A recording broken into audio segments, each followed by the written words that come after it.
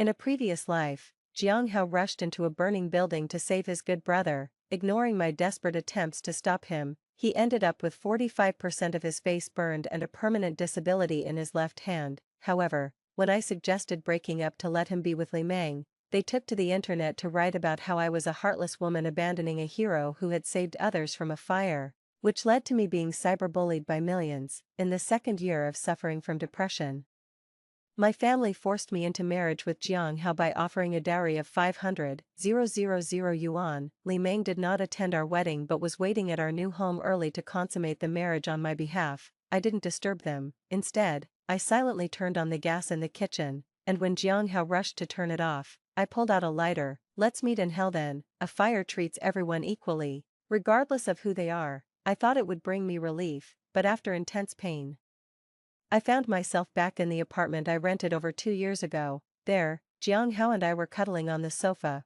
watching a movie. His left arm was around my neck, and he held a cigarette in his right hand. My mouth, seemingly out of control, pointed at the screen and endlessly talked about wanting a big bed like the one in the movie for our new home. Jiang Hao chuckled softly. Sure, as long as you like it, we'll get whatever you want. As he spoke, he leaned over to kiss me.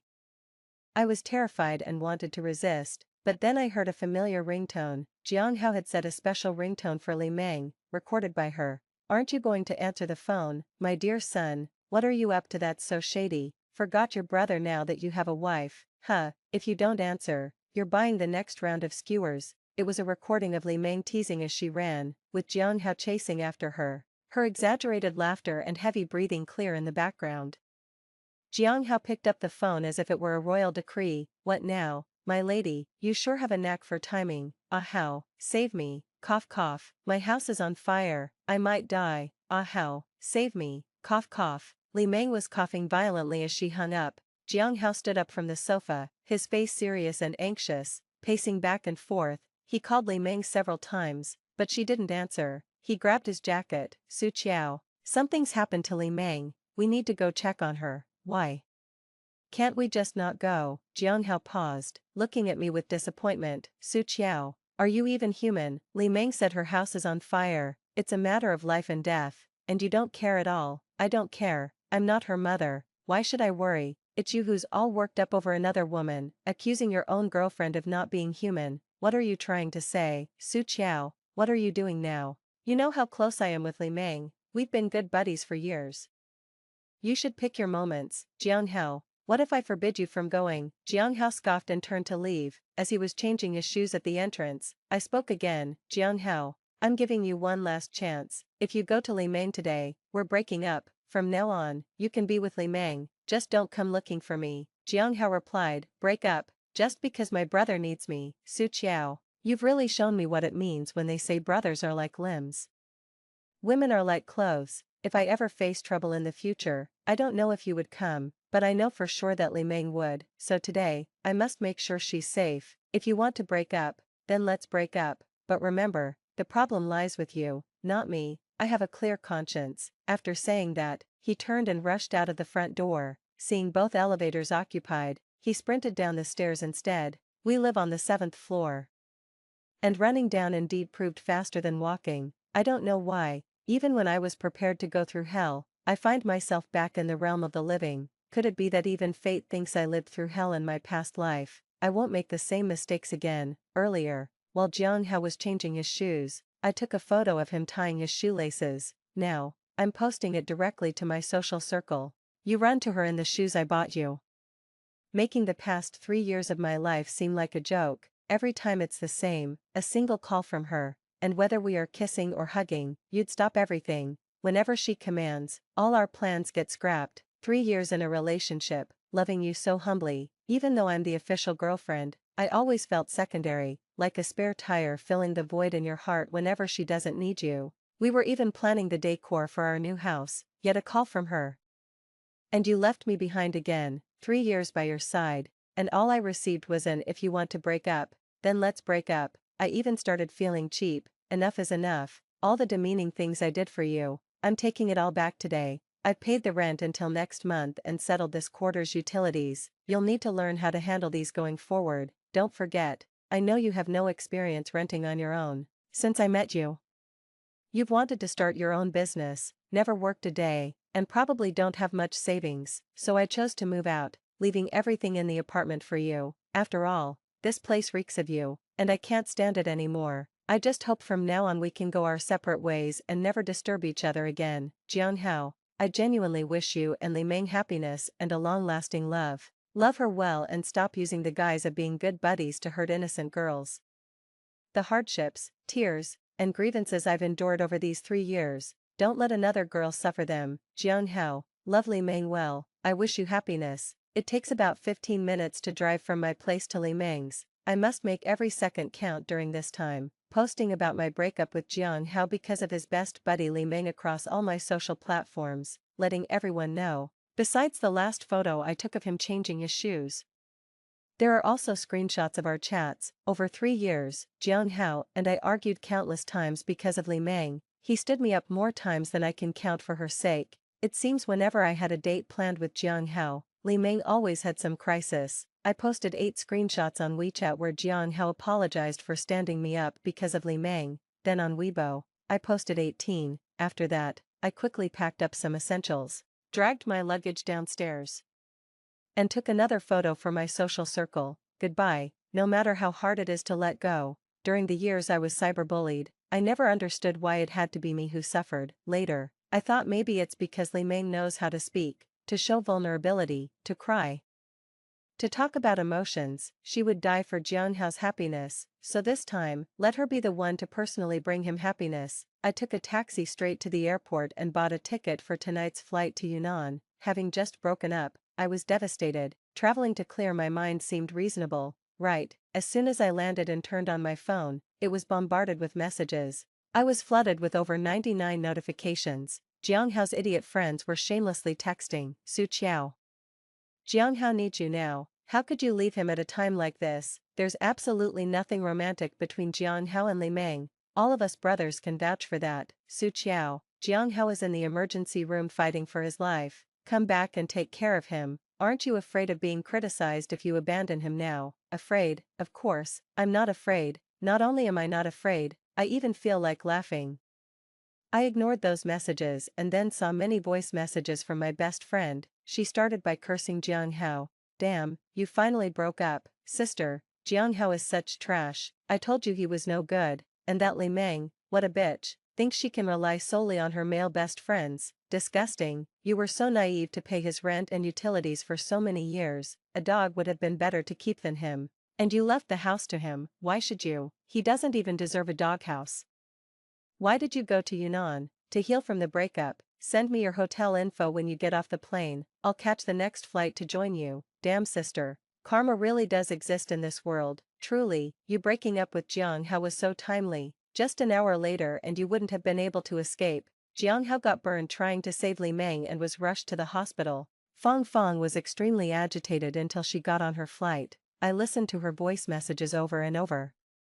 Alone in my hotel room, tears streaming down my face, because in my past life, when I was alone, unsupported, and tortured by depression to the point of wishing I were dead, she was the only one there for me as always. She didn't know how to comfort me, and at that time I had completely closed myself off, not allowing anyone near, so she would often send me voice messages, share her experiences as if nothing had happened, treating me like a normal person. In my past life, when I died, she was probably still single, had bought a camper van, traveled with a big yellow dog, and became a travel blogger with over 1 million fans. She must have been busy, had many friends, taken many ads, and seen many sights, but she still messaged me, sent photos, let me see the roads she traveled and the views she saw. Ciao ciao, you should have come with me, you would have loved it. That was what she told me the most. Her consistent attitude towards me, her understanding and support from start to finish, her years of friendship amidst the overwhelming unjust criticism and moral coercion, were as fine as spider silk, yet capable of bearing immense weight. It was the only ray of light that pierced through my dark world. I still fear crowds, even though those people aren't blaming or cursing me online anymore,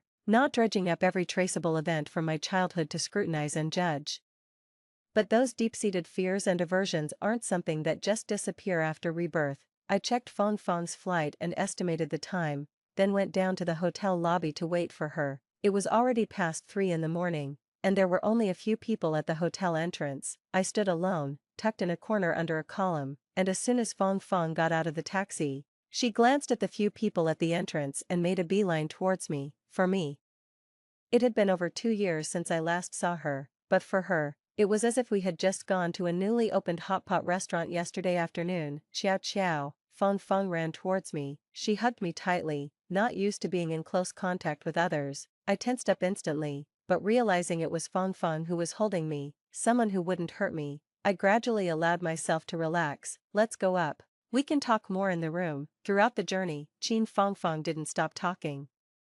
She alternated between being thankful for my timely escape and cursing Jiang Hao as a despicable man who got what he deserved. Do you know, there should have been no casualties in the fire, but he ignored advice and charged in to play the hero, only to end up with severe burns. He became the only person in need of urgent care. It's just ridiculous. How could he do that? Surely he didn't set his clothes on fire just to play the hero in front of Li Meng.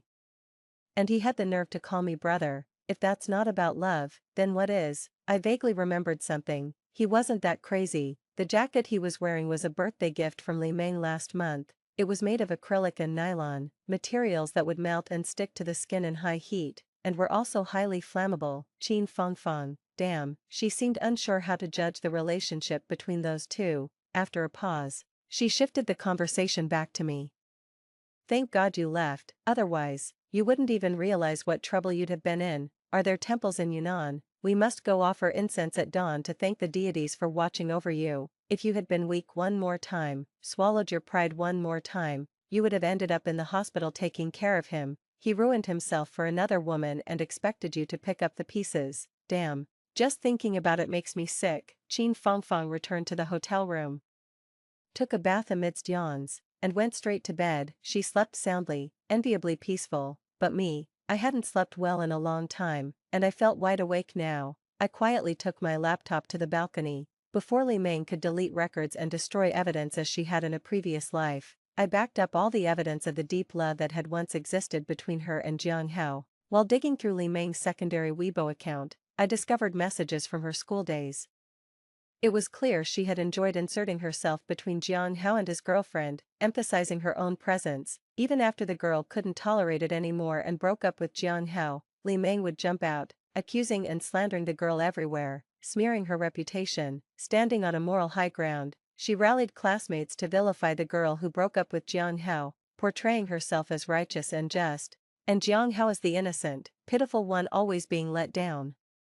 The ex-girlfriends, in Li Meng's narrative, were monstrous and deserved disdain. All their friends, almost everyone they knew, were expected to join her and Jiang Hao in ostracizing these women, or else they were no better. No wonder in a past life, she easily incited an online mob against me, even though she was the one Jiang Hao had risked his life to save.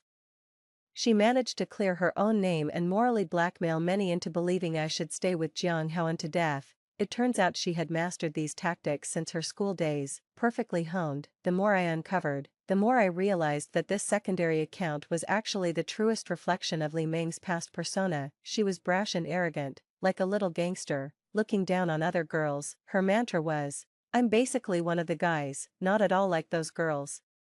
I can't hang out with them, girls don't like me, I can only befriend boys." In college, when she wanted to reinvent her image, she switched accounts. This secondary account, used only to document her and Jiang Hao's supposed brotherly love and other close friendships, was meant to disgust her defeated foes. Here, the defeated foes specifically refer to Jiang Hao's ex-girlfriends, filled with boastful and provocative posts, almost as if saying directly, "I'm posting this for you to see.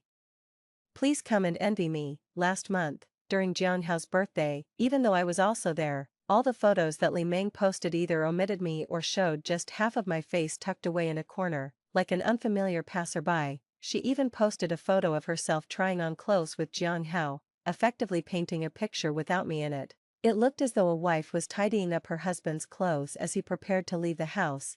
The two of them were close together, all smiles, gazing at each other affectionately. Haha, Fong Fong was right. One might say, if this isn't love, then what is? This account really has it all. I even stumbled upon Li Meng's QQ number from her student days, something I didn't even know in my past life. Seeing the content she left behind and the praises sung by others in the comments, her QQ number seemed quite special, not something just anyone could add. People in the comments were desperately pleading for a spot in her friends list.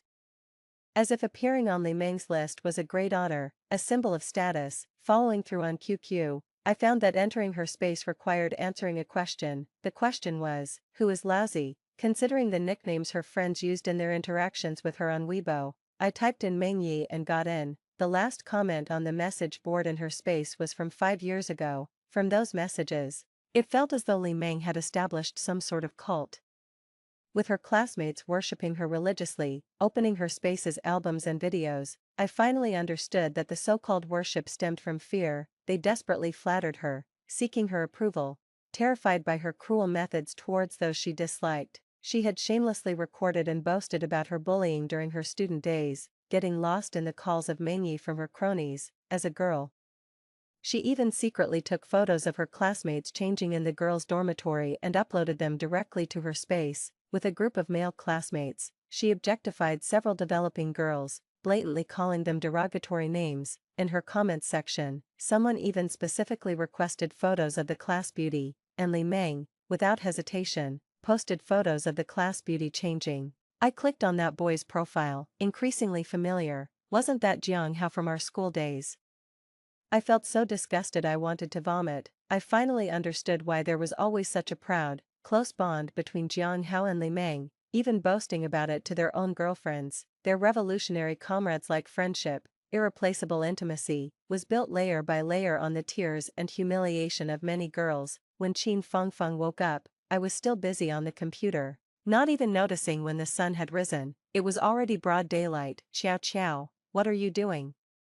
You didn't stay up all night, did you? There's dew in your hair. Qin Fengfeng handed me a cup of hot water and then helped me dry my hair with a towel. Seeing the content on my computer screen, she paused, sat next to me, and with a look of frustrated care said, "Why do you still bother with those two? Why do you still read their messages? You and Jiang Hao have already broken up. His death is none of your business." Su Qiao. Not all girls are as lucky as you, protected by divine powers, able to turn away before falling into a pit. If you dare go back to Jiang Hao, even God can't save you. No, I don't plan to get back with Jiang Hao. I just feel that since he loves Li Meng so much, and would do anything for her, they really should be together. This spectacular love story should be known to everyone. Su Qiao, are you out of your mind? Why do you care about them? Isn't that just asking for trouble? Are you a saint?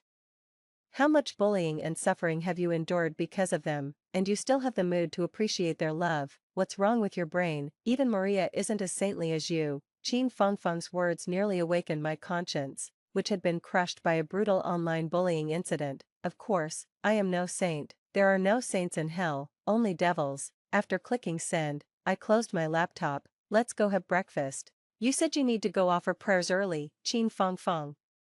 I do need to light some incense, praying for some divine help for your misguided mind. After the ceremony is over, we'll head back. No, why go back? You didn't even bring any luggage, not even a change of clothes. You just showed up with that small bag. What will you do if we don't go back? Didn't you bring a big suitcase? I can just wear your clothes. You're not disgusted by that, are you? Of course not. I don't mind at all. If you like them, you can have them. Good.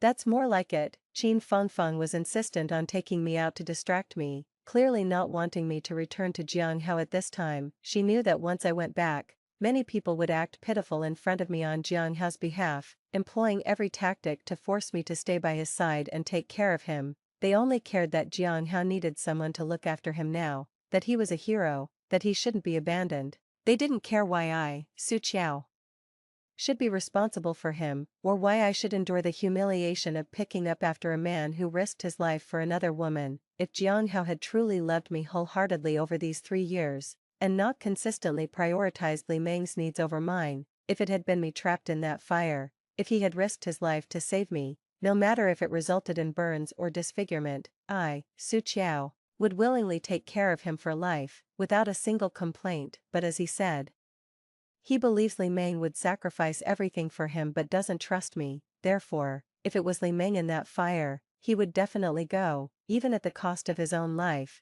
If it was me in the fire, at most he'd stand in the crowd and tell me not to panic, and if he remembered to call the fire department, I'd consider him considerate. It's even possible that if Li Meng called him at that moment, he would leave, and later justify himself by saying, "The firefighters were already there, what could I do? You're fine, aren't you? Li Meng needs me." It's ironic just to think about it. I can already imagine his exact expression and tone. "I really don't understand, why must he torment other girls? Why can't he just be with Li Meng directly? These two are insane," unable to confront them in person.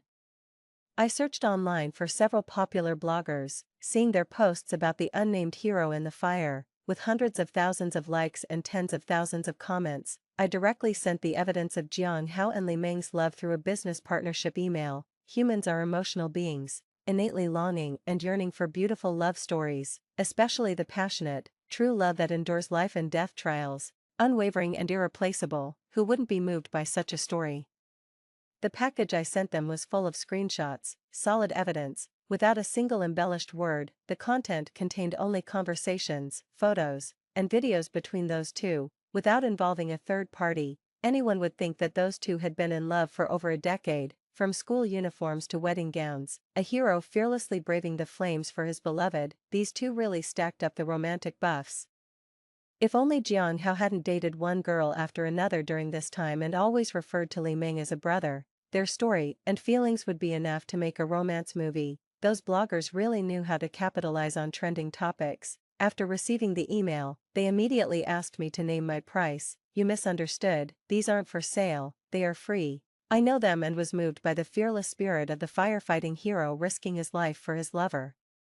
I hope the whole world sees their beautiful love that transcends life and death. Please promote them vigorously. When the wedding comes, the whole nation should join in the feast virtually. Jiang Hao and Li Meng's love story hit the trending searches the afternoon after the fire, not just locally, but on a national level. At that time, Jiang Hao probably hadn't even been moved out of the ICU. In the age of social media, where information spreads explosively fast, the popularity of a firefighting hero soared incredibly. At the time, everyone who captured photos and videos at the scene uploaded them to their accounts. Also, people around Jiang Hao and Li Meng, many of whom wanted to gain fame by being associated with heroes, were willing to accept interviews from various media and make statements on camera. I really didn't expect this level of attention. Qin Fangfang returned to the hotel in the evening and saw the trending search, nearly smashing her phone in anger. "Shameless, utterly disgraceful. These two wretches truly have no bottom line. Why hasn't lightning struck them dead? Are they childhood sweethearts destined by fate? Have they been together from school uniforms to wedding dresses? Then what are you? What about the other women before you? Are they just props in their romantic games? Insane. These two are really insane. There's no way to justify their actions. They have so many classmates and friends. Why has no one come forward to reveal the truth? Are they all blind? It kills me to see those two despicable figures being adored and praised by the whole nation on the trending searches. It's more painful than gouging out my eyes." Fang Fang, calm down, have some tea to cool off. Getting angry over them is not worth harming your health. Su Qiao, have you lost your mind? Why aren't you angry? I've already broken up with Jiang Hao. Whatever he does has nothing to do with me anymore. Why should I be angry? But the way people online are shipping them, it's as if you've been the third party for the past 3 years. I just can't swallow that. Third party. The news about Jiang Hao and Li Meng is unusually hot. The whole nation is obsessed. If they knew that Li Meng is just the guy who broke up all of Jiang Hao's past relationships, I wonder if they would collectively spit blood. I asked a well-connected influencer, "What's going on? How did this become a national trending topic?" "My friend is just an ordinary person and can't handle this." The quick reply came, "This has nothing to do with me. This isn't something my dozen accounts could achieve. To tell you the truth, clearly some big capital is involved." Why? It's simple. It's about shifting the focus. Instead of the public demanding answers about fire safety, property management responsibilities, or why a gas company had a pipeline leak and explosion, it's better to feed them a crazy true love story. Tell your friend to see the bright side. It's not necessarily a bad thing. In the era of social media, so many people are desperate to become famous. They can easily gain millions of fans overnight, and just by occasionally promoting products, they can be set for life. Nobody's perfect. Tell them to delete any incriminating information fast and to apologize to any enemies. The power of netizens is immeasurable. In less than 3 days, both their family histories could be dug up. Okay, thanks for the heads up. I checked Li Meng's alternate account again. and just like in a past life, it had already been deactivated. Too late, unfortunately. Qin Fengfeng tirelessly exposed their ugly true faces online, advocating for Jiang Hao's ex-girlfriends, mainly for me, but she didn't want to drag me into it, didn't want me to be scolded, so she only mentioned a friend of mine. As a result, the fanatic shippers of the couple cyber-attacked. Everyone knows, an unnamed friend is treated as the person themselves. Their relationship is so good, their daily life so sweet, it's impossible for anyone to come between them. You must be just a bitter person unable to get love. No one knows better than I do how little Qin Fengfeng thinks of Jiang Hao. To say she pined for Jiang Hao or was jealous of their love, to Qin Fengfeng, was the ultimate insult. Qin Fengfeng would never respect the men around me. When she saw news about girlfriends stealing boyfriends, she was almost nauseated. A real best friend would think that no man in the world is worthy of her best friend. Stealing men, nonsense. Such news is just created by malicious trash trying to stir up trouble between real friends. She clutched her phone, arguing with uninformed netizens. Too painful. Pea-sized pimples appeared on her chin, making her cry out in pain when touched. As I watched her, her eyebrows furrowed and her fighting spirit high, my eyes suddenly teared up, and I turned my face away. Tears streamed down uncontrollably. In a past life, when I was so cyberbullied that I hid in my room, afraid to meet anyone or to even check my phone, was she, like now, fighting single-handedly for me, alone against a multitude. "Jojo, why are you crying?" She put down her phone, came over, and hugged me, gently patting my back. "If you're upset, just talk about it, let out your feelings, don't bottle them up. Why not forget about those who make you unhappy? You still have me." Qin Fengfeng thought too highly of me. She believed I was troubled by love, thinking I could truly bless Li Meng and Jiang Hao. She didn't know I was a soul resurrected from death, my heart so dark it lacked any light. Of course, I hoped they would be together, and I also hoped they would face endless calamity, better off dead, never to part through eternity. For a moment, I couldn't help but want to share my past life experiences with Qin Fengfeng, but seeing her reddened eyes and the boil on her chin, I held back. What grievances have I suffered this time? It's merely escaping from a sea of misery, a stroke of luck. Yet she still felt indignant on my behalf. If she knew what I had endured in my past life, how I died, it would be too painful for her. Fengfeng, stop arguing with others. Could you let me use your account? Sure, take it, post whatever you want, argue with whoever you want, I'll bear the consequences. I'm not afraid of anything. I wouldn't curse anyone. I had already understood that one person cannot win against the whole internet, who only care about their imagined ideals, boldly claiming, "I think he's pitiful. So you must take responsibility for him," rather than saying, "I think he's a great hero, I'll take care of him for life." They are generous with others' feelings, then bask in the satisfaction of being a good person. This time, I wanted to try that kind of happiness too. Holding on to Qin Fengfeng's account, still editing the content, a blogger who had contacted me before with several accounts reached out again. "You must have some dirt on them, right? I know, you must have been very close friends. Old friends, but no matter how good the relationship, don't let it get in the way of money, right? Can I buy it from you?" You know, the curiosity and desire for knowledge of netizens are endless. All their dark histories will eventually be uncovered. You can't hide it for them. Look at the sickly sweet, flawless, mythically beautiful love on the trending searches now. Who but schoolchildren would not find it fake? It's not that I'm dark by nature, but years of professional sensitivity tell me there's a big story behind this.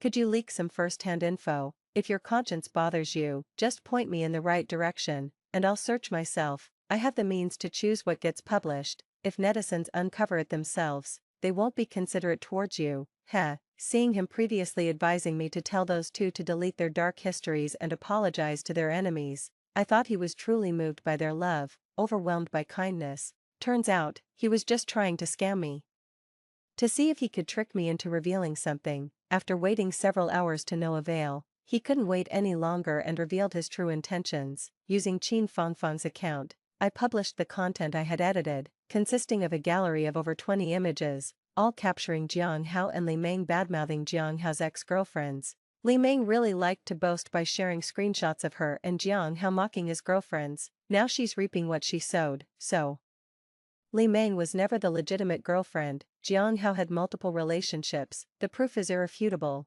Using Qin Fengfeng's account was strategic, as her account had already drawn a day's worth of hatred. with many coming to her page looking for her information. Laying out this evidence was a direct blow to those fervent fans defending the beautiful love of Jiang Hao and Li Meng, whether they choose to turn a blind eye or to unfollow and retaliate.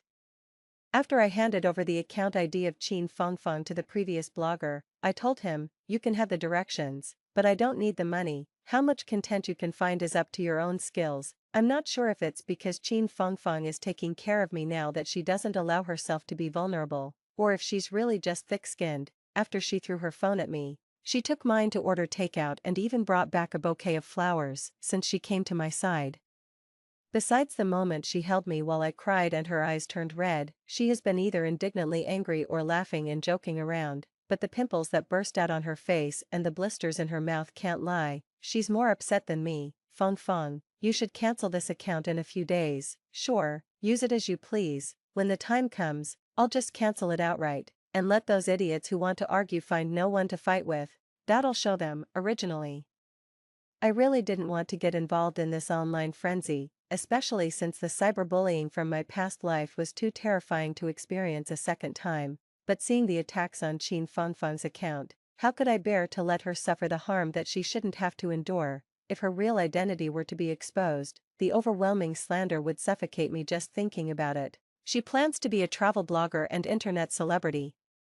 She can't afford such a senseless dark history. That's not for her to bear. If netizens are so eager to get information about their ex-girlfriends, fine, I'll give it to them. I used Qin Fengfeng's WeChat to screenshot my own social media, then, with my own Weibo ID, send it directly to that blogger. Jiang Hao's girlfriend of 3 years, before the fire, broke up with him after a fight with Li Meng. I knew it. True to his nature as a traffic-hungry blogger, he was as excited as a vulture spotting carrion. The beautiful love story of a firefighting hero was pushed to the forefront to distract the public, with only a handful of sober netizens calling for rationality and accountability instead of indulging in celebrity pairings. But their voices, just like those of the victims hurt by Jiang Hao and Li Meng, were too small and got drowned out. However, the enthusiasm of netizens has a time limit. Continuously feeding them sugar will get tiresome. That's when you need to slap them in the face and bring this matter to another climax, with capital entering the fray and the heat not subsiding. As long as one follows the trend, there will be traffic. After milking a bit of the fairy tale romance, everyone began to peel back layers of the story. This process was exactly the same as in my previous life, having seen the Weibo and social circles of Li Meng and Jiang Hao from their student days. I'm not at all surprised by how netizens might greet them. But what I didn't expect was that Li Meng had never completely shut down her QQ space or deleted those photos and videos. Did she forget her password? Good and evil will eventually be repaid, and perhaps those classmates she bullied and tormented have been waiting for this day. However, when I was about to enter her QQ number in the chat box, I hesitated, because in her space, there were many photos of her female classmates changing clothes, just blatantly displayed. If this were to be leaked, wouldn't it be a second harm to those innocent girls? In the end, I deleted her QQ number, but saved some of the photos and videos, along with screenshots of the message board, which I pixelated and sent to the blogger. After seeing those items, the blogger took a long time before asking me, "You're not really their friend, are you?" "You're their enemy." "Yes, an enemy, a deep-seated one. I've waited a long time for this day." After all this, Qin Fengfeng and I both turned off our phones, decided to ignore the online messages, and went on a spontaneous trip. We traversed snowy mountains and marveled at seas of flowers, encountering many artistic youths with vibrant spiritual lives. Qin Fengfeng said, "Actually, the job I really want is to be a travel blogger, traveling the roads in an RV, free and unbound. I'd go wherever beauty leads, chasing the seasons and following beautiful legends. Just thinking about it excites me." "You will make it come true, then, Jojo. Would you come with me? We could team up and keep each other company." "Sure, if you still want me with you by then, I'll go." If you knew what I did, how I doomed those two people beyond redemption. If you aren't afraid of me, don't blame me, and don't find me vicious and terrifying. I'd go anywhere with you." Qin Fengfeng, what silly things you're saying. If you're willing to be with me, I couldn't ask for more. So it's settled then, I'll save up to buy a car. I spent a whole week with Qin Fengfeng in Yunnan before we finally started our journey home. Online, the story of the big fire and the hero Jiang Hao who rushed in to save others had turned into a drama series full of climaxes and twists. The so-called love that shares life and death turned into a trashy tale of a scumbag and a perennial mistress persecuting an innocent girl. The blogger was right, the power and curiosity of netizens are endless. They dug up more dirt than I, who have lived a lifetime, could have managed. They not only exposed Jiang Hao and Li Meng but also those who testified on the internet that Jiang Hao and Li Meng are just like siblings, without any romantic feelings. Whatever Li Meng posted was filtered and meant for viewing, but what those people posted on their accounts didn't need Li Meng's approval, especially those things from their school days. Anyone would feel a pang of sympathy for the classmates she bullied. There were even legal organizations willing to offer free legal aid to those classmates, encouraging them to sue Li Meng and Jiang Hao's bully gang, though it's likely they would only get an apology, with little chance of compensation. But it marked a significant event, a warning to other kids not to think that underage bullying has no consequences. A dark past can follow you for life. Now you may revel in arrogance, but sooner or later, you'll deeply regret it. After the incident, Li Meng tried numerous times to add me as a friend, but I never accepted. She bombarded me with messages from her and her brother's phones, hysterically screaming at me to come back and take care of Jiang Hao, claiming I was his real girlfriend. Hilarious, the whole internet knows I'm his ex, and you're his true love of many years, although some called me manipulative, suggesting my breakup post insinuated that Jiang Hao was jobless, mooching off me. So what? Yes, I was being manipulative on purpose. Every word I said was true. Jiang Hao's family is wealthy, he prides himself on being self-made and claims he won't take a penny from his family. I supported him for 3 years, and still, his friends thought I was the gold digger.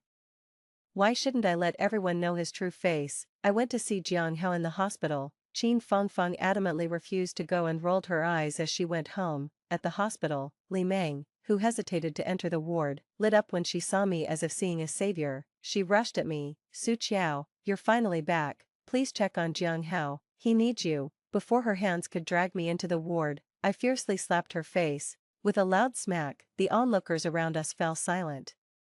All eyes on us. In a past life, by now she would have already hidden away, using the shock and injuries from the fire as an excuse, leaving only me to tend to Jiang Hao. Everyone took it for granted, thinking I should be the one to do so. This time, it was her turn, and rightfully so, wasn't it, Li Meng? Are you even human? Jiang Hao was willing to die for you, and what are you doing now? Are you looking down on him? Who does he need more, me or you? Don't you know, his girlfriends come and go.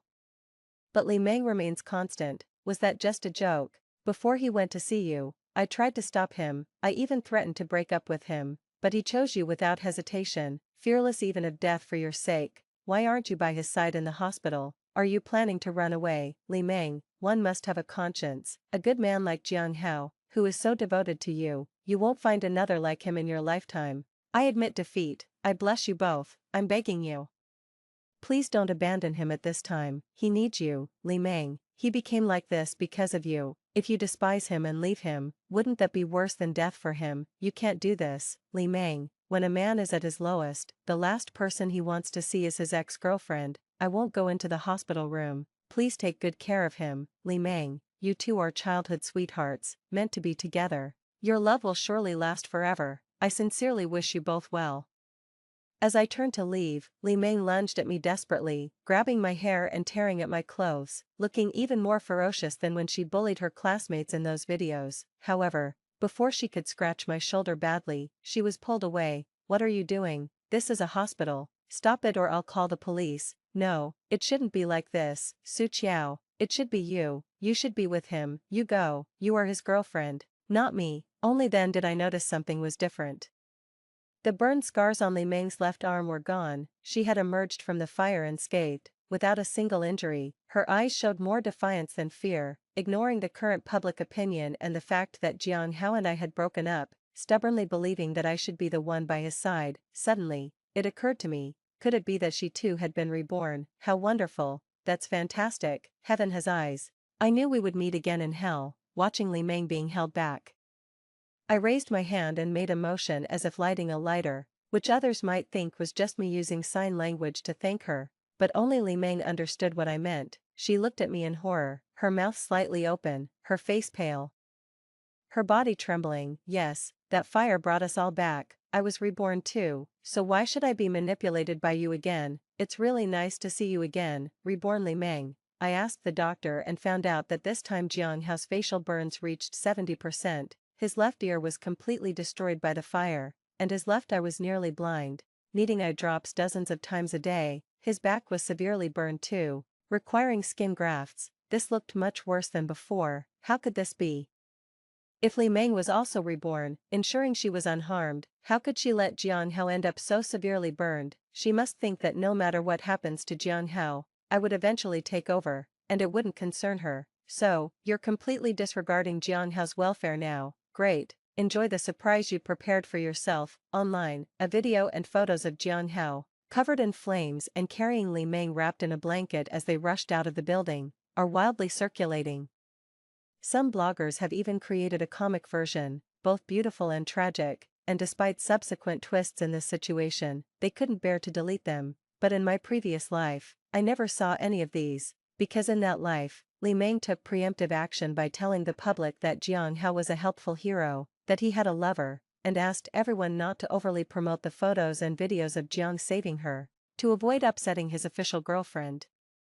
She blurred the heroic deed Jiang Hao did for her, shifted all the focus onto me, and cleared herself of all responsibilities. Can you escape this time? I only visited the hospital once, and never went again, just like the previous life. Li Meng also went only once. She didn't slap me, but instead, she cried and begged me. She said, "I'm so sorry, it's all my fault, I shouldn't have called Jiang Hao. I shouldn't have asked him to rescue me. It's all my fault he got hurt. If he hadn't been disfigured, you wouldn't have left him, right, Su Qiao? I'm begging you, Jiang Hao is already pitiful, he really loves you, please don't leave him now, blame me, is it okay if I die? As long as you can stay by Jiang Hao's side and make him happy, I'm willing to die." Her words seemed sincere, but she herself would rather perform a suicide in front of everyone than ever consider being with Jiang Hao. Her life-saving grace turned into an obligation for me.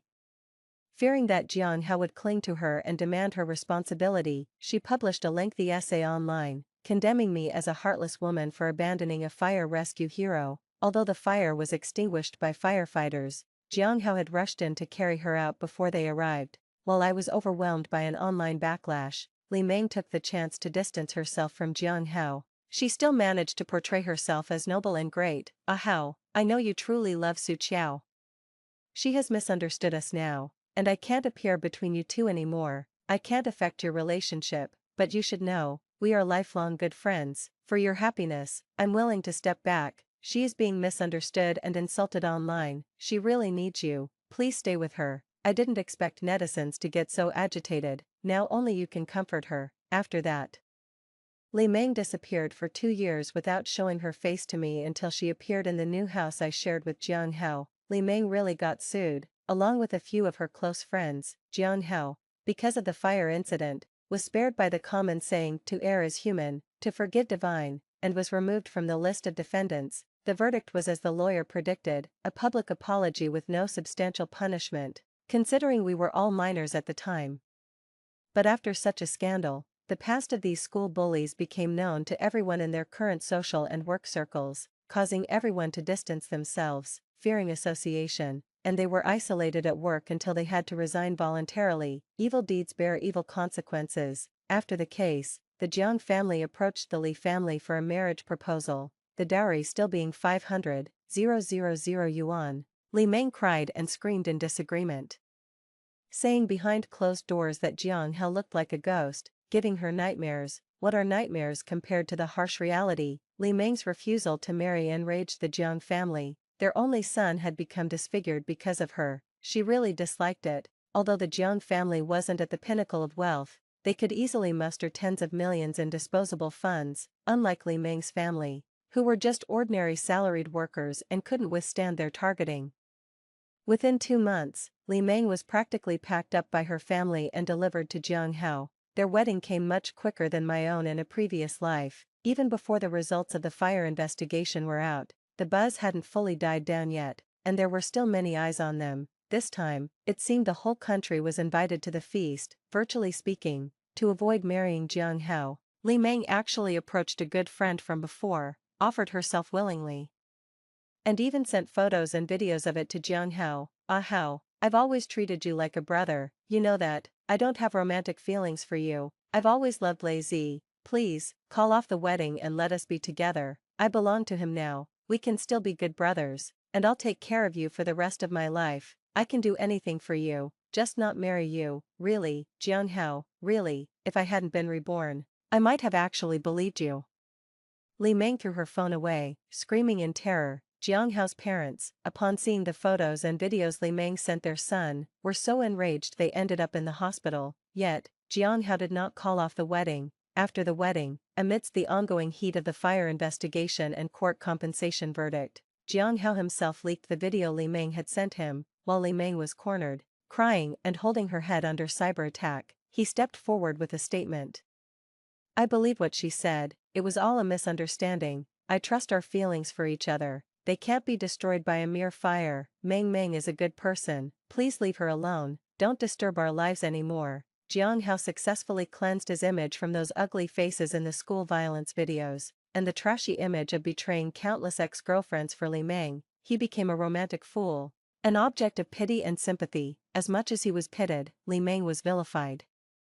Jiang Hao contacted me many times, wanting to meet, but I really wasn't interested. Qin Fengfeng's grandmother passed away, and I accompanied her back to her hometown for the funeral. As soon as the funeral ended, her three uncles started a heated fight over the inheritance, even flipping tables and coming to blows. Eventually, they wanted to slaughter the big yellow dog the grandmother had raised and divide its meat.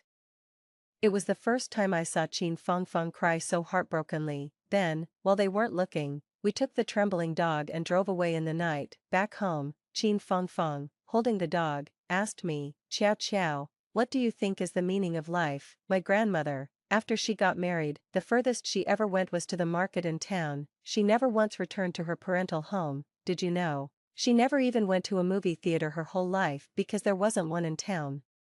I once wanted to bring grandmother to live with me, to show her the big city, but my uncles refused, blaming me for being thoughtless. I don't understand, grandma was so good to me when I was a child, why can't I take care of her and show my filial piety? Later, I realized they preferred grandmother to suffer with them rather than enjoy comfort at someone else's house because of the inheritance.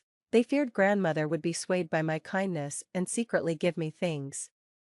They seem so nice usually, but why are their thoughts so filthy? Why is that? Qiao Qiao, let's go traveling, shall we? I no longer want to stay in one place, and I'll soon have saved enough money to buy a car. Feng Feng, can I tell you a story? That night, the two of us and a dog sat on the edge of the bed, talking endlessly. The dog and I didn't cry, but Qin Fengfeng cried throughout. Why didn't you tell me earlier, Qiao Qiao? How could you be so foolish? How could you dare?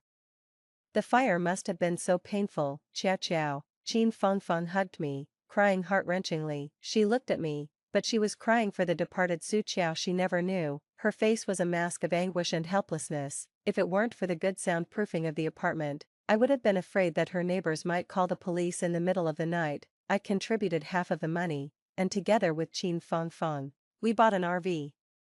We deactivated our old social media accounts, changed our phone numbers, and set up new social media profiles, determined to become two qualified travel bloggers. Before we set off, I went to meet Jiang Hao. He wore a cap and a hood, his face hidden behind sunglasses. He didn't look as frightening as one might expect, and I had long grown accustomed to the scars on his face. Why have you always wanted to see me, Su Qiao? I'm sorry, it was my fault in the past. Is that why you're here? Just to apologize, I want to tell you, I regret it. I know you tried to stop me back then, even threatening to break up with me to prevent me from getting hurt, but now you see, it was all my own doing. Li Meng was reborn before me. When I entered, she was already wetting the blanket. In her previous life, she injured her hand because the blanket wasn't wet enough. This time, she would rather delay and let the fire grow bigger, ensuring I got more severely injured while she made sure to wet the entire blanket and even drenched herself in the bathroom. Not caring whether I lived or died, I watched him calmly. As he described the scene, his body couldn't stop trembling, filled with regret and hatred so intense it seemed almost tangible enough to flip the roof. But inside, I felt nothing. So, you were reborn too, that's really good news. But I must clarify one thing, I never intended to save you. The way I decisively broke up with you, leaving precise evidence and timing of our breakup, moving out overnight and traveling out of province, it was all to save myself, to sever ties with you. So, Please don't flatter yourself. I always felt that a world where only the victims are reborn is cruel to the reborn. Why should only the victims experience it twice? If the past is unknown, how can one truly aim for a deep revenge? The perpetrators know nothing, feel victimized by revenge. Thinking themselves innocent, it would be fairer if everyone were reborn, that would be true retribution. Then, you would know what you truly deserve. Finally, heaven heard my prayers and favored me. Only when I knew that Jiang Hao was also reborn in that emergency room did I truly let go of everything. The phrase "a weight lifted off my shoulders" isn't just an adjective. I truly felt lighter, my smiles no longer forced. Qin Fangfang and I, along with our big yellow dog, embarked on our road trip. Our country is magnificent, its landscapes vast. This life, this journey, surely will not be in vain. Story 2, returning to my high school days, I accidentally bumped into the man who would become my future husband. At that time, he was still a carefree young master and teased me, saying, "I like beautiful women with big chests, slim waists, and long legs. You, looking like a sprout, don't stand a chance." I nodded in understanding and replied, "You're blocking my way to the top student." Later, rumors spread throughout the school that I was dating this top student. He was upset and cornered me, threatening, "Qin Wan, if you dare to date early, I'll break your legs." It wasn't until university that the top student confessed his feelings for me. The man who once favored curvaceous beauties ended up sweeping me off my feet, pinning me beneath him, seductively coaxing, "Sweetheart, would you like to try what it's like to be with your husband at 20? I stumbled into a warm chest. Reflexively grabbing the corner of his shirt, a flood of memories rushed through my mind. Before I could steady myself, a teasing voice came from above, "Qin Wan, have you also learned to throw yourself into my arms?" Looking up, I was met with an extremely handsome face. His slightly squinted, peach blossom eyes were brimming with amusement, casting affectionate looks all around. I had seen his face thousands of times, yet my heart still skipped a beat from his stunning appearance. His name was Lu Yi, my husband, or rather, my husband from a past life. "Aren't you letting go? Do you like me that much?" Unfortunately, he paused mid-sentence, giving me a mocking glance. "I like beautiful women with big chests, slim waists, and long legs. You, looking like a sprout, stand no chance." Indeed, I was never his type, so much so that in our previous life, even after over a year of marriage, he never touched me. I let go of his shirt, frowning as I took a few steps back. "You're in my way, I'm looking for the top student." As I tried to walk past him, he grabbed my backpack. "School's over. Why are you looking for the top student instead of going home with me?" I yanked my backpack back, giving him a cold glance. "Mind your own business, Qin Wan. Have you become so capable? If it weren't for the old man's orders, this young master wouldn't bother with you." Ignoring my struggles, he forcefully wrapped an arm around me and carried me off to his car. I was so angry that my face turned red, pushing him away. "Stay away from me." He slightly raised the corner of his eye, deliberately leaning in closer. "Did you take the wrong medicine today? You're like a little pufferfish, so temperamental." Seeing that I ignored him, he chuckled lightly and hooked my chin with his finger. "Are you upset now? Don't touch me." I swatted his hand away and turned my face toward the car window. I recalled the scenes from my past life where he flaunted his affairs. A voluptuously figured woman looked at me with mocking eyes. Can your plain figure ever arouse Lu Xiao's desires? Then, she casually pulled down her neckline, revealing ambiguous love bites. Have you ever seen his wild side in bed?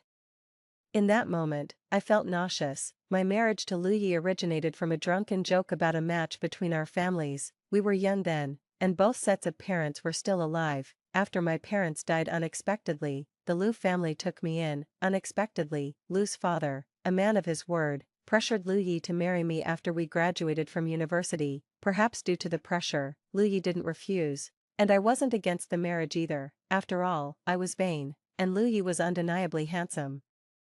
Even without love, just having him as eye candy was a pleasure. I thought I could overlook his philandering, but reality proved otherwise, and deep down, I realized I genuinely liked him. I actually liked a scoundrel. This realization was something I couldn't accept, so I immediately asked Lu Yi for a divorce and moved out of the Lu household without delay. As the car drove on, I was aimlessly unsure of where to go, until a truck coming from the opposite direction hit me.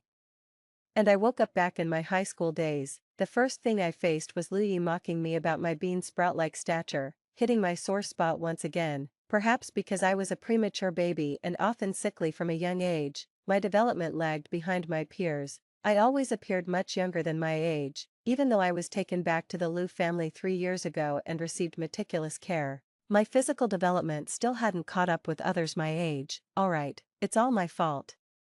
Have some milk to cool off, Lu said, handing me a bottle of milk with a tone of coddling a child. I was so angry I wanted to smash the milk bottle on his head. Whether it's the Lu now or 6 years later, he is equally annoying. He kept pestering me with chatter, playing with a lock of my hair as he spoke. When I finally couldn't control myself and kicked him towards the other side of the car window, he suddenly told the driver to stop by the roadside. As the car window rolled down, I heard Lu whistle towards someone on the sidewalk. Hey goddess, need a ride? Looking sideways, I saw Jiang Ruan, dressed in a black leather skirt and carrying a guitar case, exuding a distinct personality. She was the campus goddess of University A, and Lu often visited University A to pursue her. Despite his poor academic performance, he boldly claimed he would get into University A for her. Jiang Ruan didn't notice my presence in the back seat and was about to open the car door. Lu pointed to the front passenger seat. Goddess, please sit in the front. My little friend here is throwing a tantrum and won't let me get close. Jiang Ruan turned her head towards me and nodded with a smile. Once she got into the car, Lu Ye's attention was completely drawn to her. All I heard were his compliments about Jiang Ruan. He commented on how pretty her skirt was and how nice the little braid by her ear looked. Indeed, Jiang Ruan was beautiful, fitting all of Lu Ye's aesthetic preferences. Unfortunately, in a previous life, Lu Ye couldn't decide on his own marriage, and his dream of marrying the goddess was thoroughly shattered. Jiang Ruan had joined an off-campus band, where she was the guitarist. They were scheduled to perform at a pub tonight. She invited Lu Ye and me to watch their performance. I politely declined, using the excuse that I needed to go home to study, but Lu Ye disagreed and irrationally dragged me into the pub. All you know is studying, you're becoming a nerd, he said, facing Lu Yi, who was already 1.8 meters tall. I felt as powerless as a little chick. Other than calling him a dictator, I had no way to fight back. After we sat down, Jiang Ruan left for backstage preparations. After a few soft love songs, it was Jiang Ruan's band's turn. Different from the earlier sentimental tunes, their sound instantly electrified the venue. Even I couldn't help but be captivated. Jiang Ruan on stage, playing the guitar, was immensely charismatic. When a girl acts cool, boys really can't compete with her. I had to admit, Lu Yi had really good taste. Jiang Ruan was someone even I admired. A hand waved in front of my face. Are you staring because she's that good looking? Yes, very cool. I brushed Lu Yi's hand away and applauded enthusiastically for the performance. Am I cool too? I rolled my eyes at him as a response to his vanity. Lu Yi clicked his tongue and shook his head. You've seen nothing yet.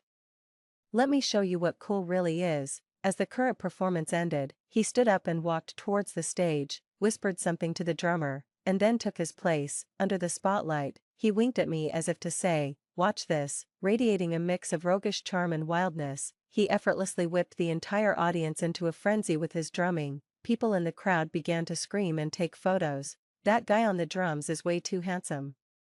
Even Jiang Ruan couldn't help but look on with admiration. As we were leaving, Lu Yi walked backwards in front of me, a smug expression on his face. How about that? I'm way cooler than those professional musicians, right? With a face like mine, I'd be a top-tier celebrity in the entertainment industry. Lu Yi. Jiang Ruan followed us out, her voice still slightly breathless. Lu Yi stopped and turned around, his eyes twinkling with amusement. What's up? Jiang Ruan approached him, seemed about to say something, but hesitated upon seeing me. You guys talk, I'll head to the car first. I considerately gave them some space. From the car, I watched the two of them under the dim streetlights, standing face to face. Jiang Ruan tucked her slightly messy hair behind her ear, her cheeks tinged with shyness. She clenched her fist, gathering courage, and the next second, she tiptoed and kissed Lu Yi on the cheek. My eyes widened slightly, my heart squeezed by an invisible hand. Lu Yi suddenly looked my way, even though I knew he couldn't see me. I guiltily averted my gaze like a thief. When I got back into the car, Lu Yi casually wiped his face. You didn't see anything just now, did you? Nothing. He seemed relieved and ruffled my hair. Why do you still seem unhappy? Are you still mad about my joke earlier, calling you a sprout? I pulled his hand away, not wanting to deal with him. After a quick dinner at home, I retreated to my room. I pulled out my exercise book, but the unfamiliar problems made my head hurt, and I eventually closed the book and went to bed. My mind was a haze, filled with jumbled memories that seemed about to burst my brain. Gradually, my entire body felt like it was in a furnace.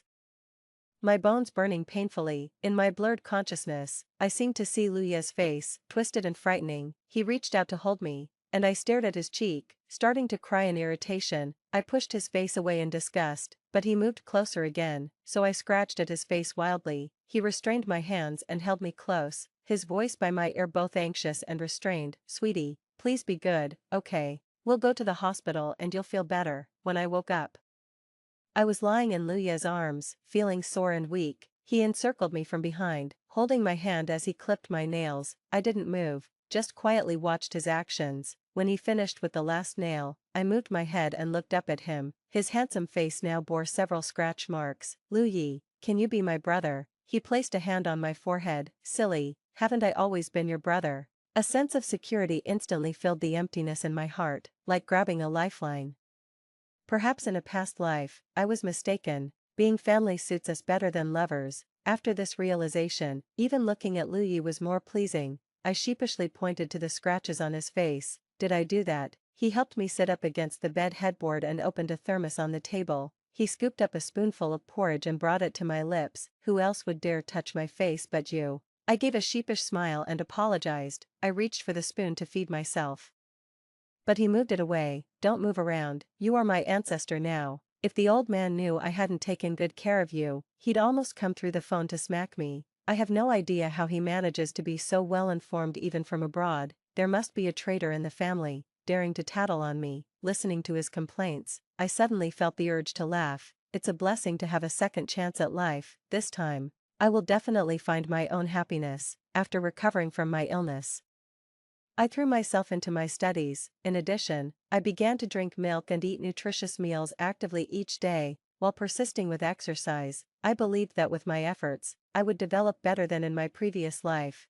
When Luyi saw that I had signed up for yoga at the gym, he also enrolled in basketball. Usually, at this time after school, he would have already been gaming on his computer. After some thought, I advised him, "You don't have to exercise just to accompany me.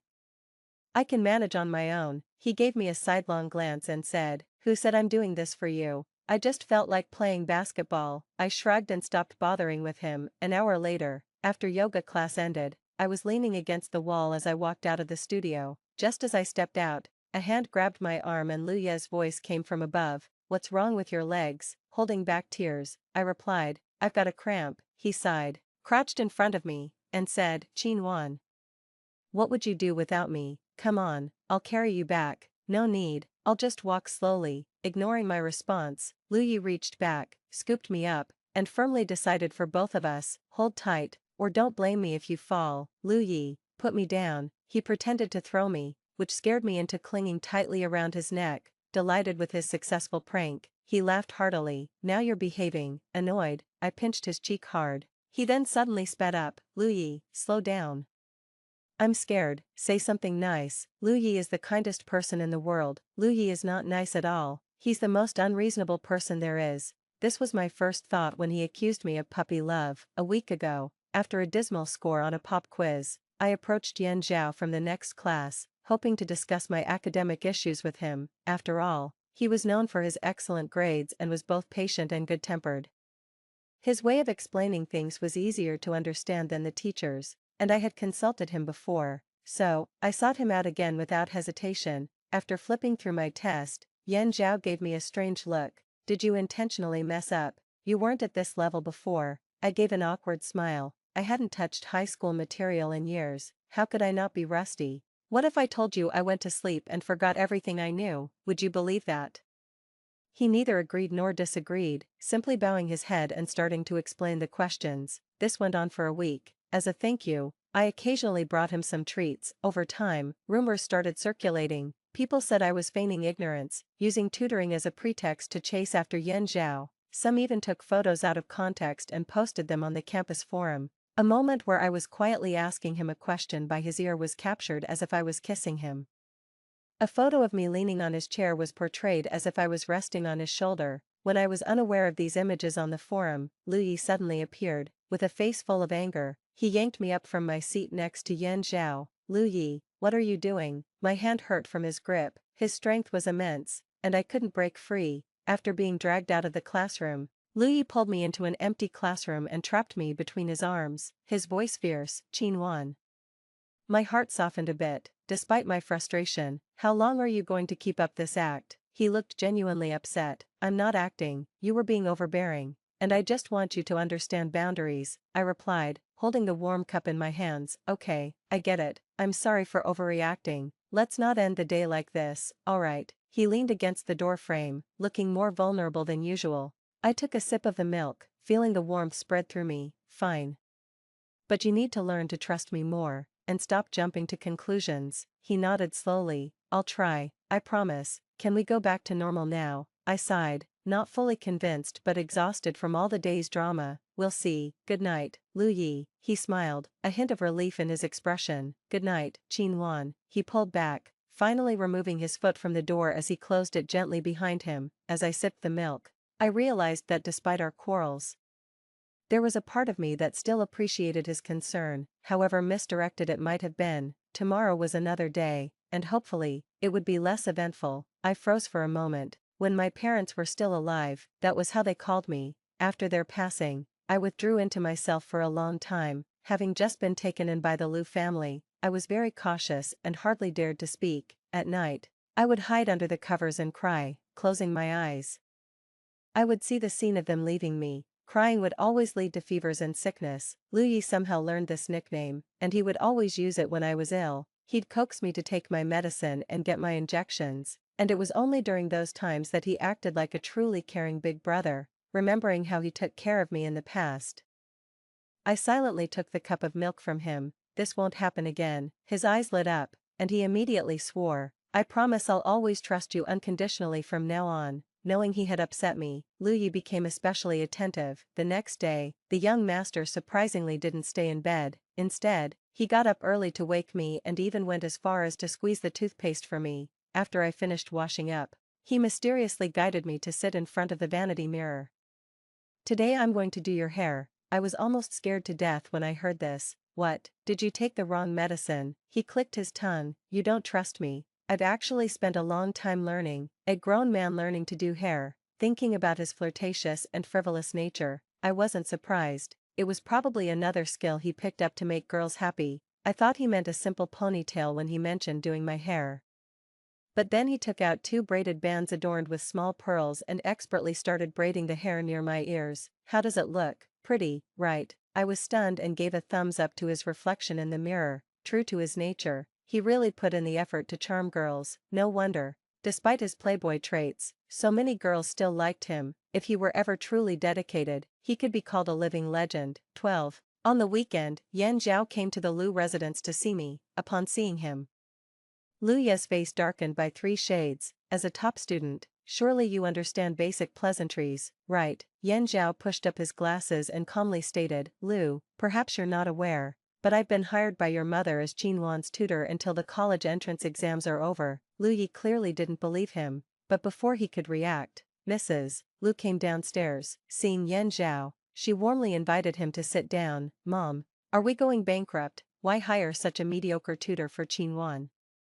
Mrs. Lu glanced at him disdainfully. "Yen is not like you, who only knows how to indulge in pleasures. He has already self-studied all the high school curriculum." I knew this very well, having seen it in my past life. While all the other students were buried in their books, Yan Zhao was already leisurely studying university-level materials. I asked him why he didn't just skip grades and take the college exams. He said he wanted to experience high school life. "I don't like this tutor.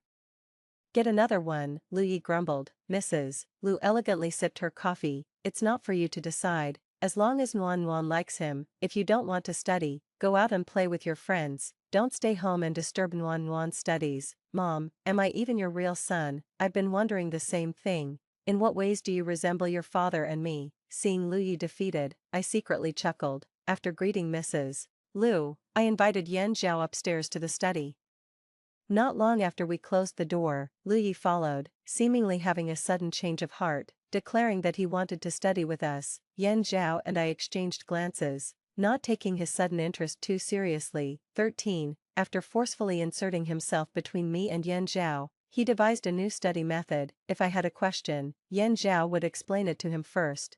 And only after he understood it would he explain it to me. He claimed, this way, the knowledge will stick better.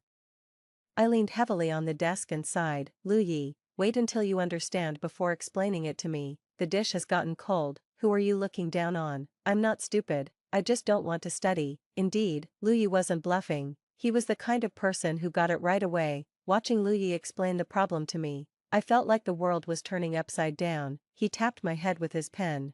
Are you daydreaming while I'm explaining this to you? It was quite a moment. A studious person like me being lectured by someone who usually slacked off. I looked at Yan Zhao, unable to suppress a bittersweet smile. He smiled knowingly. What are you looking at? Focus on the problem. Lu Yi leaned over the table, completely blocking my view. A month passed, and Lu Yi was still around, his friends no longer dragging him out to hang out. He insisted on staying home to tutor me. His friends were almost shocked out of their wits. Time flew by, and before we knew it, it was time for the college entrance exams. Lu Ye's improvement was nothing short of meteoric. It was hard to imagine that in his previous life he needed his family to donate a building to get into a university through a sports scholarship. Soon after the exams, it was my 18th birthday. The Lu family threw me a simple and warm birthday party. They invited classmates who were close to me. Everything was almost the same as in my previous life, except this time Yan Zhao was also there. After the dinner party, I walked them to the door. Yan Zhao, lingering at the back, presented a small gift box to me, a birthday gift. I hope you like it. I was pleasantly surprised. I thought those books you gave me were the gift. Isn't it more surprising to lower your expectations before giving the real gift? I couldn't help but laugh. Indeed, his presence was the biggest surprise of all. He was the unexpected that I had anticipated. Open it and see. If you don't like it, I'll get you another. I wondered what a top student would gift. My curiosity piqued. When I opened the gift box, I almost burst into laughter. Do you think it's tacky? I shook my head with a smile. No, I love it. After all, who wouldn't like gold? Yan Zhao laughed too. There are two ways gold can form. One is from the death of massive stars in the universe, and the other is from the collision of neutron stars. Two entwined neutron stars in a timeless stare explode in an instant at the end of their gaze, causing ripples through the universe and scattering gold across the vast cosmos. Such explosions of neutron stars occur once every 100,000 years, making gold a romantic embodiment of the galaxy. I held the gold rabbit necklace in my palm. Is this a science student's idea of romance? No, if it were anyone else, I'd just say gold retains its value. The atmosphere turned subtly profound. Nuanyuan, let's apply to be university together. Holding the necklace, I thought of Lu Yi and shook my head to clear him from my thoughts. After a moment, I replied, okay. I returned to my room and immediately ran into Lu Yi. He makes you happy with a gift, but you won't even glance at mine. Who matters more to you? I felt guilty remembering how he wanted to show me my gift early this morning, which I had declined knowing what it was, a room full of princess dresses. I remember in my previous life when he took me to see it, I was stunned. Lu Yi, are you planning to start a wholesale clothing business? He looked disappointed. You don't like it? I'm 18, not 8. I'm past the age of dreaming, so this lifetime. When he suggested again that I look at the gift, I declined, proposing some other day instead. Nuanyuan, do you like him? His sudden question snapped me back to the present. No, Lu Yi replied, his eyes harboring a depth that I couldn't fathom. If you say it's nothing, then I believe you. He handed me a pitch-black box. Happy birthday, 18-year-old Qin Wan. As I watched his retreating figure, I opened the box. Inside was a key and an address. Driven by curiosity, I suddenly felt compelled to check it out. Half an hour later, I arrived at the destination. As I opened the door of the apartment, I heard my mother's voice. My dear child is home. Tears instantly fell as I entered the room. Everything was as familiar as the home I remembered. Two adorably goofy humanoid robots approached me. My father's familiar voice rang out, all grown up at 18, and still crying. My dear, I burst into laughter amidst my tears and followed them to the dining room. The room was filled with balloons, flowers, and photos of me from childhood to the present. On the table was an unlit birthday cake. A projection appeared on the wall, displaying videos of my childhood birthdays up until I was 8. In the video, my parents sang happy birthday, and I made a wish with my eyes closed. My dad playfully smeared cake on my nose, and I screamed, opening my eyes to smear some back at him, laughing joyously. What did you wish for? My mom asked. Naively, I said, I want to be daddy and mommy's little princess forever, with endless princess dresses to wear. My heart skipped a beat as those blurry memories became clear. I had forgotten I ever made such a wish. Reflecting on the past, it seemed like every birthday wish had come true, except for this year's, which couldn't be fully realized. Thinking back to when I was 18 in my past life, Louis had filled a room with princess dresses for me, bringing a sudden sadness. So that was why he had given me an exaggerated number of princess dresses. Only in this life did I understand his intention, and it made my heart feel uncomfortably full. The video continued, depicting the birthdays they hadn't spent with me, using animated characters to fill in. When it reached my 18th birthday, the animated character of my dad asked me to look for a gift in the room. I followed a path laid with petals to the balcony and pushed open the door leading to the next room. A room full of princess dresses met my eyes. For a moment, it felt like I had returned to my past life, but in that past life, Louis hadn't asked me to open the door to the next room. I had misunderstood his intentions. Even feeling that he was indifferent, overwhelmed with guilt, I wanted to see Louis immediately, to tell him how much I cherished his gift. Yet when I returned home, I found Louis wasn't there. I called him, and Jiang Ruan answered, "Louis is drunk, come pick him up."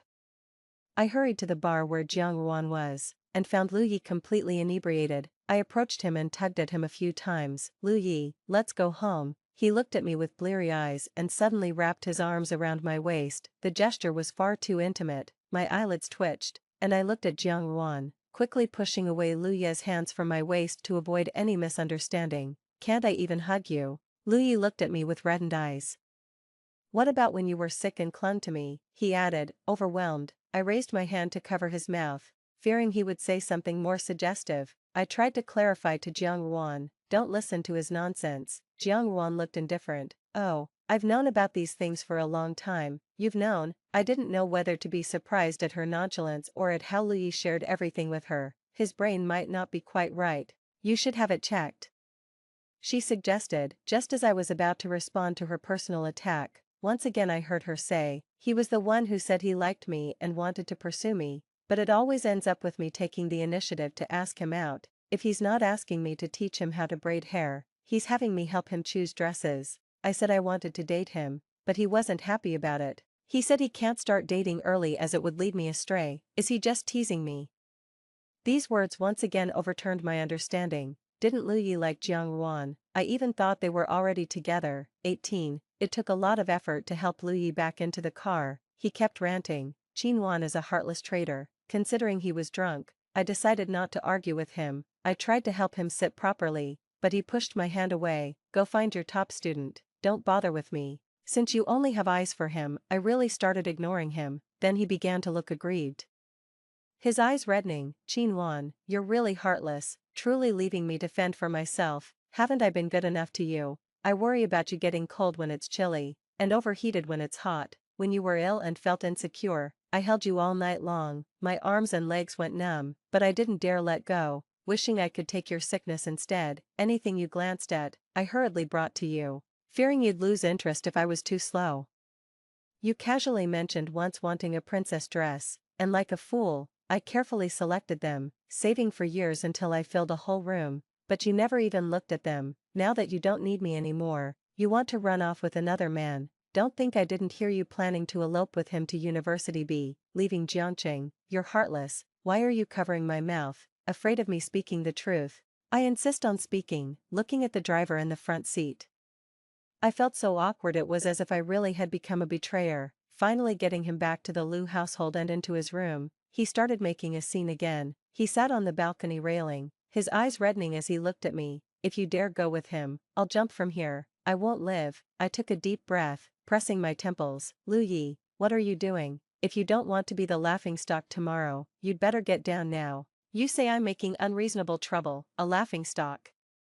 I'm already the biggest joke." For years I guarded against him as if he was a thief, yet you still flirted with him. You found me annoying for a long time, haven't you? I'm just in the way of your love talks. Fine, I'll die right now and let you be. I'll make it easy for you. "Louis, this is the second floor, you won't die from falling." I grabbed his hand to pull him down from the railing, but he shook off my hand and deliberately fell backward in front of me. "Louis."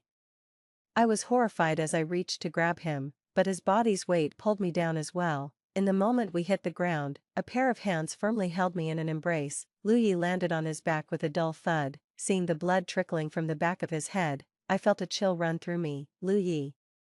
19. This drama ended with Lu Yi in the hospital. When he woke up, he seemed to remember the absurd thing he had done. Even when his parents scolded him, pointing fingers at him, he took it silently without talking back, seemingly much matured overnight. After they left, I sighed and looked at Lu Yi. I never realized before how much drama you could create. Was jumping fun? His response was to silently pull the blanket over his face, a complete picture of despair. I suddenly found it amusing again and pulled down his blanket. The gift you prepared for me. I went to see it last night, and I really liked it. Lu Yi, thank you for everything you've done for me. Do you really like it? You don't find it childish? I really like it, a lot. He not only fulfilled the wishes of my childhood but also those of my 18-year-old self. I had always longed for my parents to witness me growing up. Lu Yi made me feel as though they truly had been a part of my growth, never leaving my side. Do you like it more than the gift Yan Zhao gave you? Lu Ye's gaze was intense as he looked at me. My heart skipped a beat when our eyes met. His eyes were so mesmerizing. It felt like they were expressing love, even though he was just looking at me. I averted my gaze and nodded. So, are you still planning to apply to University B? He might not want to hear the answer to that question, I asked teasingly.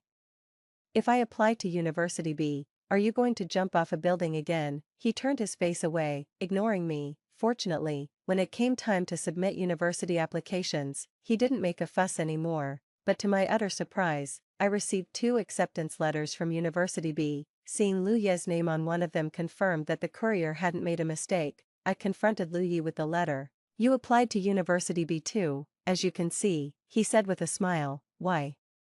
I thought you always wanted to go to University A. What do you think? Lu Yi stepped closer, and I instinctively stepped back until I was cornered against the wall. He rested one hand beside my ear against the wall, leaning slightly towards me, his warm breath on my face. Qinhuan, why do you think I did it? Heat rushed to my face, and I turned to run. I don't know. His other hand blocked my path, trapping me completely between his arms. Haven't I made my feelings clear enough?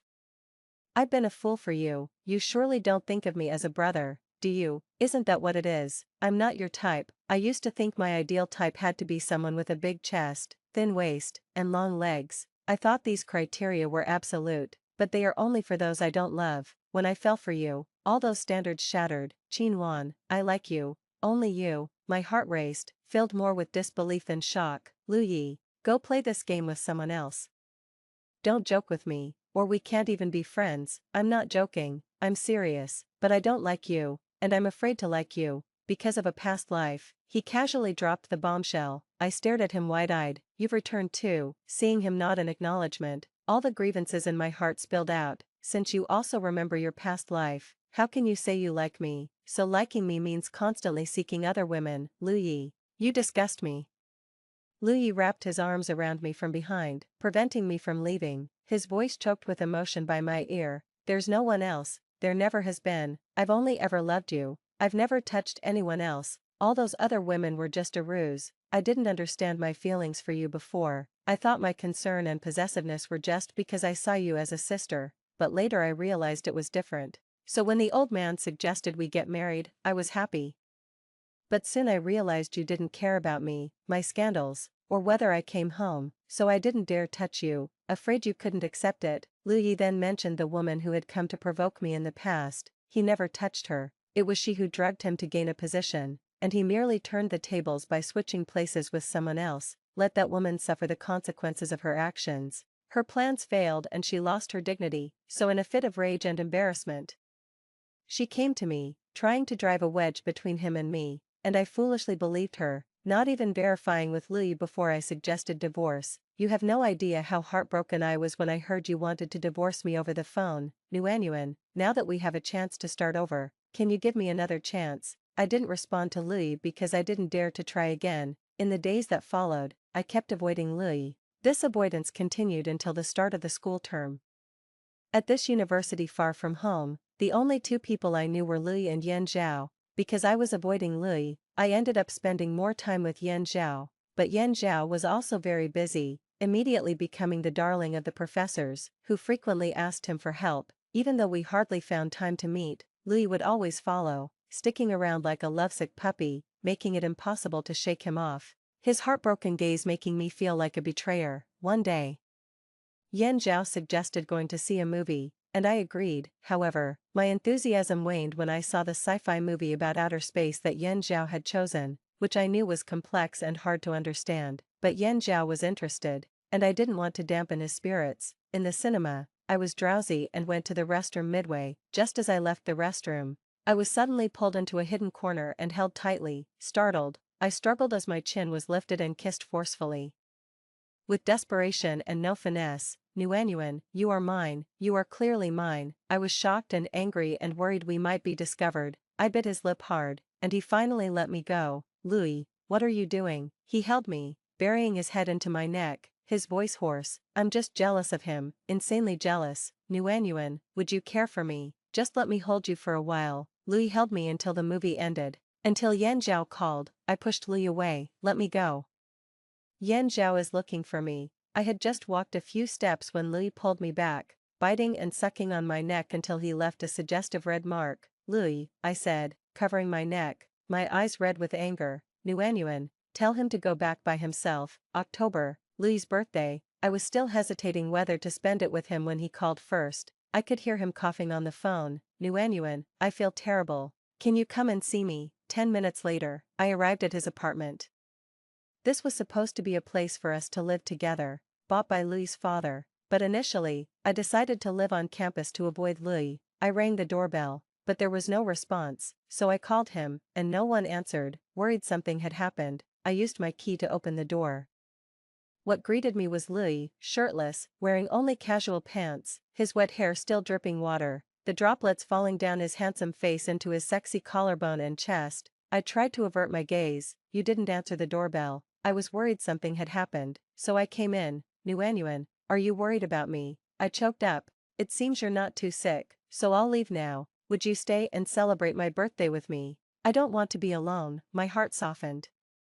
And I decided to stay. His birthday celebration was a candlelit dinner, all prepared by himself. The fruit wine he made was delicious, although it packed quite a punch. His black shirt was unbuttoned at the top, his skin glowing temptingly under the candlelight. Sweetheart, do you like what you see? Want to touch? Seeing that I didn't respond, he added, tell me what you really think, and I'll let you touch. It looks good. I want to touch. He smiled devilishly, guiding my hand under his collar and across his chest. Sweetheart, you like me, don't you? His lips brushed against my ear as he spoke in a seductive whisper. He looked into my eyes, our breaths mingling, the moment filled with ambiguity and intensity. Do you want to kiss me? Say you like me. Instead of speaking, I kissed him on the lips. The next moment, he took control, the sound of kissing and soft moans amplifying in the quiet of the night. During a brief pause for breath, Louis murmured, you're quite cunning, sweetheart. The next day, I was awakened by screams. Upon opening my eyes, I was met with the horrified face of Louis's mother. Louis, I'm going to break your legs. How dare you take advantage of Nuanyuan when she's so young? Minutes later, in the living room, Louis was kneeling shirtless on the floor. The marks of our ambiguous activities were visible, making me wish I could just disappear. What had I done to him last night? Was I that fierce? Hiding most of my face behind a pillow, I listened to his mother scolding him. Actually, I didn't feel taken advantage of. If anything, I was the one who had taken advantage of him. Noticing the marks on his wrists, I tensed, and the blurry memories started to piece together. Under the dim light, I was straddling him. Louis's smile was devilishly charming as he handed me his tie, coaxing, sweetheart, say you love me, and I'm all yours. You can do whatever you want. If you're afraid of loving me without feeling secure, tie me up, lock me up, so I can only see you. Sweetheart, say you love me. As if seduced by a devil, I uttered, I love you. He buried his head in my neck with a victorious chuckle. Sweetheart, I love you too. Now it's time for your reward. Filled with regret, I bit into the pillow. Louis's mother brought me back to reality. Nuanyuan, don't worry. Louis will take responsibility for you. Let's get engaged now and marry after graduation. How about that? I don't need him to take responsibility. Louis became frantic. Then you have to take responsibility for me. My innocence has been tarnished by you. I'm even traumatized. I can't even think about other women now. You must take responsibility. Why don't you try men? I muttered under my breath. Nuanyuan, after that, Lu Yi embarked on a year-long journey of being a resentful husband, always letting himself be bullied by me. Then asking me for a commitment afterward, and if he didn't get one, he'd complain about being deceived by a heartless woman. It was truly a heart-wrenching, tear-inducing ordeal. Sometimes, in his madness, he would buy various locks for me, lock me up and love me. Okay, I'm truly all yours. What do I need to do for you to believe that? I'm a frugal person. He bought them, so it would be a waste not to try. Once I actually locked him up, he calmed down. Sweetheart, I knew you loved me.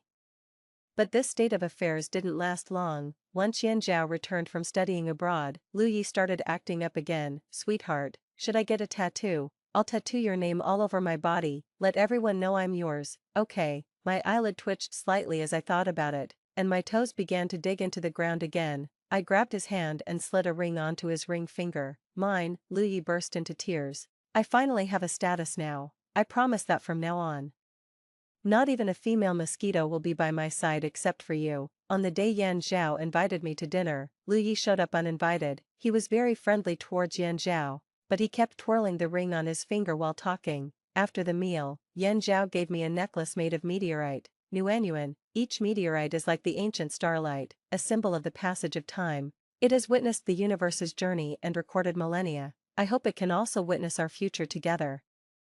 Nuanyuan, let's be together. Lu Yi stuffed the necklace back into Yan Zhao's hands. Classmate Yan, you'd better stay with your cosmic stars. Nuanyuan is mine. The next second, Lu Yi carried me away. Back at the apartment, on the bed, Lu Yi kissed me while playfully undressing me. Sweetheart, want to try what a 20-year-old husband feels like? I'll make sure you enjoy it. That joy lasted until the next morning. With one hand on my waist, his husky voice whispered in my ear, Sweetheart, your waist is so slim, I can't take it anymore. Get away from me. I cried out. Sweetheart, have pity on me. I've been celibate since my last life. Lu Yi's unrestrained joy angered me. Afterward, I locked him up. You might as well continue being celibate.